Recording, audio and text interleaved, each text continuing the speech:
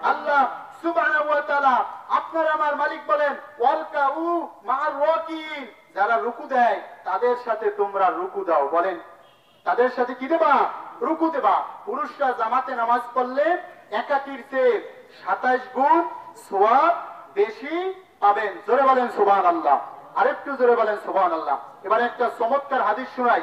আমি গবেষণা করে দেখলাম, ছোট ছোট কাজের বিনিময়ে যদি আল্লাহ জান্নাত না দেয়, আর যদি আমাদের হিসাব চাই, আমরা জান্নাতি মানুষ হতে পারবো না। কারণ একদিনের হিসাব দিতেই পারবো না, একটা দিনের হিসাব দিতে পারবো না। ভাইরা আমার, বন্ধুরা আমার, তিনজন ব্যক্তি একটা চমৎকার আপনাদেরকে আমি হাদিস শুনাইতেছি। একটা রাস্তা দিয়ে যাচ্ছেন, পাহাড়ের রাস্তা। প্রতিমধ্যে বৃষ্টি শুরু হলো, গর্জন শুরু হলো, বজ্র শুরু হলো। তিনজন ব্যক্তি একটি গর্তের ভিতরে ঢুকে পড়লো। এরপরে প্রথম ব্যক্তি বলতেছে যে এবার বৃষ্টি থামছে, আমরা গুহা থেকে বের হব। দেখতেছে গুহার সামনে একটা পাথর। পাথর সরে, পাথর সরে, পাথর সরে না। এরপরে প্রথম ব্যক্তি বলতেছে কার কি আমল আছে, এই আমল দিয়ে আল্লাহকে ডাকো। প্রথম ব্যক্তি বলতেছে আল্লাহ, আমি আমার মাকে ভালোবাসতাম, আমি আমার বাবাকে ভালোবাসতাম।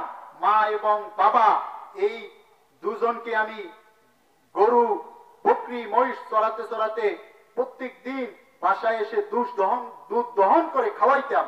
কিন্তু ঘটনাক্রমে বহুত দূরে চলে গেল এগুলা। আমি প্রতিদিনের মতো দুধ দহন করে পিতামাতার জন্য যখন খাবারের জন্য এনেছি, তখন দেখলাম যে এই পিতামাতা ঘুমিয়ে গেছে, আমার পায়ের কাছে কান্না করছে ছেলে মেয়ে। আমি এই দুধ ছেলে মেয়েকে দিই নাই। তখন বললেন যে কারণ আমি আমার পিতাকে, বাবাকে খাওয়াইতে পারি নাই, এজন্য দিই নাই।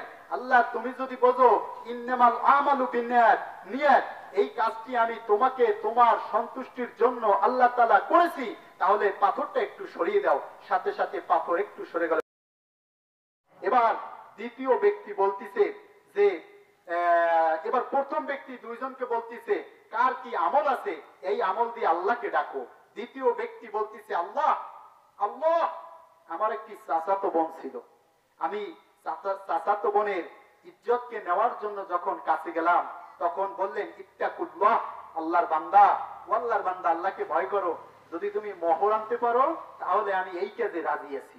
তখন ওই লোকটা কষ্ট করে মোহর আনলো। তখন বলছে এই মোহর আনছি, এবার তোমাকে বিয়ে করব, এবার তুমি আমার সাথে কিছু কাজ করো। বলছি ইত্তাকুল্লাহ, আমি রাজি না। আল্লাহর বান্দা, তুমি আল্লাহকে ভয় করো। আমি এই কথা শোনার পরে যে ইন্না আকরামাকুম ইনদাল্লাহি আতকাকুম, আল্লাহ বলছে ওই ব্যক্তি আমার কাছে দামি, ওই ব্যক্তি আমার কাছে রিসপেক্ট, ওই ব্যক্তি আমার কাছে সম্মানিত, যার হৃদয়ের ভিতর আছে আল্লাহর ভয়। আল্লাহ বলছে অসংখ্য জায়গায়, আমি বলতে পারি না, কোরআনের ভিতরে বহু জায়গায় আলেম ওলামা জানে যে যারা তাকওয়াবান হবে আল্লাহ তাদেরকে জান্নাত দেবে, জান্নাতের খাবার দেবে, সম্মান করবে। এর চেয়ে আর কি চান? ভাইরা আমার, বন্ধুরা আমার, ওই লোক বলল যে আমার চাচাতো বোনের ইজ্জতকে আমি নষ্ট করিনি, আল্লাহ আপনার ভয়তে আমি চলে আসছি। আল্লাহ, তুমি যদি বোঝো এই কাজটা তোমাকে সন্তুষ্টির উদ্দেশ্য করেছি, পাথরটা একটু সরিয়ে দাও। সাথে সাথে পাথরটা একটা সরাই দিল আল্লাহ তাআলা। এরপরে তৃতীয় ব্যক্তি বলতেছে আল্লাহ, এখন সবাই ওরে চাপতেছে, তুমি এবার আল্লাহরে বলো।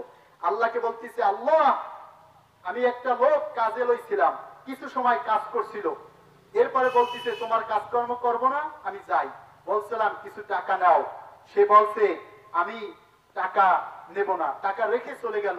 আমি ওই লোকটার ওই টাকা থেকে ছাগল পালতে পালতে কিছুদিন বাদে কর্মকর্তা নিয়োগ দিলাম, বহু ছাগল হলো। কিছুদিন বাদে ওই লোকটা এসে বলতিছে ইত্তাকুল্লাহ, আল্লাহর বান্দা, আল্লাহকে ভয় করো, আমি তোমার কাছে কিছু টাকা পাইতাম, আজকে দিয়ে দাও। বলতিছে ওই যে ছাগলগুলা আর ওই যে রাখালগুলা, ওগুলা সব তোমার, তুমি আজকে নিয়ে যাও। বলতিছে আল্লাহর বান্দা, আমি একটু সময় কাজ করেছিলাম, আর আজকে তুমি আমার সাথে বাহানা করো না, আমাকে সেই কিছু টাকা দাও, আমি আজকে চলে যাব, আমার ও সপ্তাহ অত লাগবে না, তুমি কি আমাকে দেখাচ্ছ আশা?